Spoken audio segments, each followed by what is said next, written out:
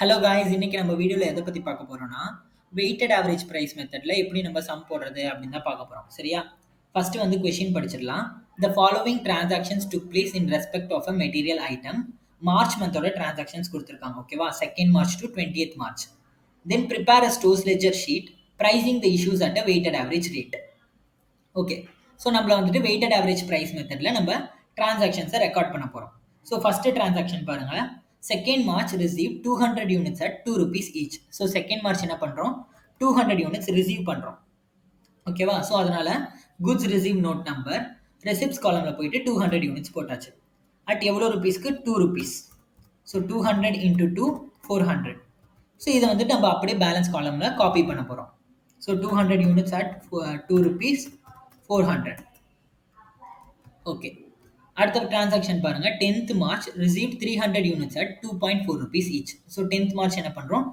300 units receive பண்ணுறோம். Again receive பண்ணுறதுனால goods receive note number receipts காலமில் 300 units at 2.4 rupees each. So இப்போ total amount எவ்வளோ? 720. So இப்போ இந்த 720 நம்ம பேலன்ஸ் காலமில் ரெக்கார்ட் பண்ணோம். ஸோ எப்படி ரெக்கார்ட் பண்ண போகிறோம்னா வெயிட்டட் ஆவரேஜ் மெத்தடில் இப்போ நம்ம சம் போடுறோம். கரெக்டாக? ஸோ அதனால் இப்போ நம்ம டிஃப்ரெண்ட்டாக ரெக்கார்ட் பண்ண போகிறோம். ஃபஸ்ட்டு என்ன பண்ணணும்னா குவான்டிட்டி எல்லாத்தையும் ஆட் பண்ணணும். ஸோ எக்ஸிஸ்டிங் குவான்டிட்டி எவ்வளோ இருக்குது? 200 யூனிட்ஸ் இருக்கா? அதில் அந்த 200 யூனிட்ஸையும் இப்போ நம்ம அகைன் பர்ச்சேஸ் பண்ணியிருக்கோம் இல்லையா 300 யூனிட்ஸ், அந்த 300 யூனிட்ஸையும் ரெண்டுத்தையும் ஆட் பண்ணி டோட்டல் குவான்டிட்டியாக போட்டுடணும். ஓகேவா? 500 யூனிட்ஸ். ஓகேவா? ஸோ இந்த 200 ஒரே நிமிஷம் நான் காமிக்கிறேன். இந்த 200 அண்ட் இந்த 300. ஓகேவா? ரெண்டுத்தையும் ஆட் பண்ணி நம்ம இங்கே 500ன்னு போட்டிருக்கோம். அடுத்து என்ன பண்ணணும்னா அமௌண்ட் காலமில் போயிட்டு இந்த 400 அமௌண்ட்டும் இந்த 720 இப்போ பர்ச்சேஸ் பண்ணியிருக்கோம் இல்லையா, இந்த 720 அமௌண்ட் ரெண்டுத்தையும் ஆட் பண்ணி நம்ம இங்கே 1120ன்னு போட்டுருணும். ஓகே, ஸோ நம்ம என்ன பண்ணுறோம்? குவான்டிட்டி எல்லாத்தையுமே டோட்டலாக ஆட் பண்ணிட்டோம், அமௌண்ட் எல்லாத்தையுமே டோட்டலாக ஆட் பண்ணிட்டோம். ஸோ இந்த ரெண்டுத்தையும் வச்சு தான் இப்போ நம்ம ப்ரைஸை கண்டுபிடிக்க போகிறோம். ஓகேவா? ஸோ அதுதான் வந்துட்டு நம்மளோட weighted average price. So 1120 divided by 500. ஓகேவா? So total amount divided by total quantity பண்ணோன்னா நமக்கு வெயிட்டட் ஆவரேஜ் ப்ரைஸ் வந்துடும். அடுத்த டிரான்சாக்ஷன் பாருங்க. 15th March issue 250 units. So 15th March என்ன பண்ணுறோம்? 250 யூனிட்ஸ் இஷ்யூ பண்ணுறோம். ஸோ இஷ்யூ பண்ணுறதுனால மெட்டீரியல் ரெக்விசிஷன் நோட் நம்பர் எவ்வளோ இஷ்யூ பண்ணுறோம்? 250 யூனிட்ஸ். ஸோ 250 எந்த ப்ரைஸில் இஷ்யூ பண்ணுவோம்? நம்ம கண்டுபிடிச்சோம் இல்லையா 2.24, அந்த ப்ரைஸில் தான் இஷ்யூ பண்ணுவோம். ஸோ இந்த 500 யூனிட்ஸ்லேருந்து 250 யூனிட்ஸ் நம்ம இஷ்யூ பண்ணணும். அது எந்த ப்ரைஸில் இஷ்யூ பண்ணணும்னா 2.24 நம்ம கண்டுபிடிச்ச வெயிட்டட் ஆவரேஜ் ப்ரைஸில் தான் இஷ்யூ பண்ண போகிறோம். ஓகேவா? 2.24 250 into 2.24 560. ஓகேவா? இப்போ இந்த 500ல் 250 இஷ்யூ பண்ணிட்டோம். ஸோ பேலன்ஸ் எவ்வளோ இருக்கும்? 500ல் 250 இஷ்யூ பண்ணியாச்சு, பேலன்ஸ் 250 இருக்கும். அதே மாதிரி இந்த 1120 அமௌண்ட்டில் 560 வர்த் குட்ஸ் வந்து நம்ம இஷ்யூ பண்ணிட்டோம். 560 அமௌண்ட் வர்த் குட்ஸ் வந்து இஷ்யூ பண்ணியாச்சு. ஸோ அந்த 560யை டோட்டல் அமௌண்ட்லேருந்து ரெடியூஸ் பண்ணிடணும்.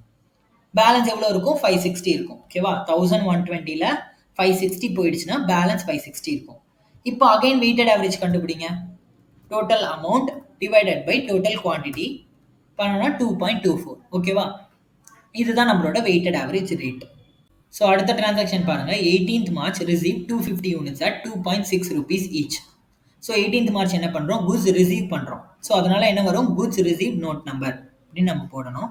அண்ட் எவ்வளோ நம்ம ரிசீவ் பண்ணுறோம்? 250 units at 2.6 rupees. Total amount எவ்வளோ? 250 into 2.6 650. இப்போ இதை எப்படி ரெக்கார்ட் பண்ண போகிறோம்? நம்மளோட எக்ஸிஸ்டிங் பேலன்ஸில் 250 யூனிட்ஸ் இருக்கா, அந்த 250 யூனிட்ஸையும் இப்போ நம்ம புதுசாக ரிசீவ் ஆன 250 யூனிட்ஸ் இருக்கா, அது ரெண்டுத்தையும் ஆட் பண்ணி 500 யூனிட்ஸ்னு போட்டணும். நெக்ஸ்ட் அமௌண்ட் வந்துட்டு ஆல்ரெடி 560 இருக்கா பேலன்ஸில், அந்த அமௌண்ட்டையும் இப்போ புதுசாக 650 வந்திருக்கா, 250 யூனிட்ஸ் ரிசீவ் பண்ணதுக்கு புதுசாக 650 அமௌண்ட் ஆகியிருக்கா, அது ரெண்டுத்தையும் ஆட் பண்ணி 1210. ஓகே, ரெண்டுத்தையும் ஆட் பண்ணி போட்டாச்சு. இப்போ நம்ம வெயிட்டட் ஆவரேஜ் ப்ரைஸ் கண்டுபிடிக்கணும். வெயிட்டட் ஆவரேஜ் ப்ரைஸ் எப்படி கண்டுபிடிப்போம்?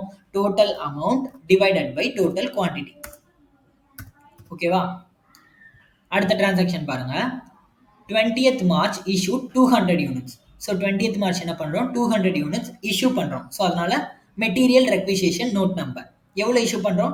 200 யூனிட்ஸ். ஸோ இஷ்யூ காலமில் போயிட்டு 200 யூனிட்ஸ், இந்த 500ல் 200 யூனிட்ஸ் இஷ்யூ பண்ணுறோம். ஸோ எந்த ரேட்டில் இஷ்யூ பண்ணுவோம்? நம்மளோட வெயிட்டட் ஆவரேஜ் ரேட் 2.42 கரெக்டாக நம்ம கண்டுபிடிச்சோம் இல்லையா, அந்த ரேட்டில் இஷ்யூ பண்ணணும். So 200 into 2.42 484. இப்போ அக்கௌண்ட்டில் எவ்வளோ பேலன்ஸ் இருக்கும்? 200ல் 500ல் 200 போயிடுச்சு. ஸோ பேலன்ஸ் 300 இருக்கும். அதே மாதிரி அமௌண்ட் காலமில் 1210ல் 484 போயிடுச்சு. பேலன்ஸ் 726 இருக்கும். ஓகே, ஸோ இப்போ இதுக்கு வெயிட்டட் ஆவரேஜ் ப்ரைஸ் கண்டுபிடிக்கணும். 726 அதாவது total amount divided by total quantity. So டோட்டலாக 2.42. ஓகே, ரேட் வந்து 2.42. அவ்வளோதான். இப்போ நம்ம அக்கௌண்ட்டில் வந்துட்டு ஃபைனலாக பேலன்ஸ் எவ்வளோ இருக்குன்னா 300 units at 2.42 rupees each, 726 total amount. இதுதான் நம்மளோட ஃபைனல் பேலன்ஸ். ஓகேவா? ஸோ இதுதான் வந்துட்டு நம்மளோட ஃபைனல் பேலன்ஸ். இப்போ நம்ம க்ளோசிங் ஸ்டாக் வந்துட்டு எவ்வளோ இருக்கோ அதை நம்ம வந்துட்டு எழுதணும். கரெக்டாக? So 300 units at 2.42 rupees is equal to 726 rupees. ஓகேவா? ஸோ இதுதான் நம்மளோட க்ளோசிங் பேலன்ஸ். ஓகே, ஸோ இவ்வளோ தான் இந்த சம்மு. நெக்ஸ்ட் வீடியோவில் வந்துட்டு இன்னொரு வெயிட்டட் ஆவரேஜ் மெத்தடில் எப்படி சம் போடுறது அப்படின்னு பார்க்கலாம். ஓகே, பாய்.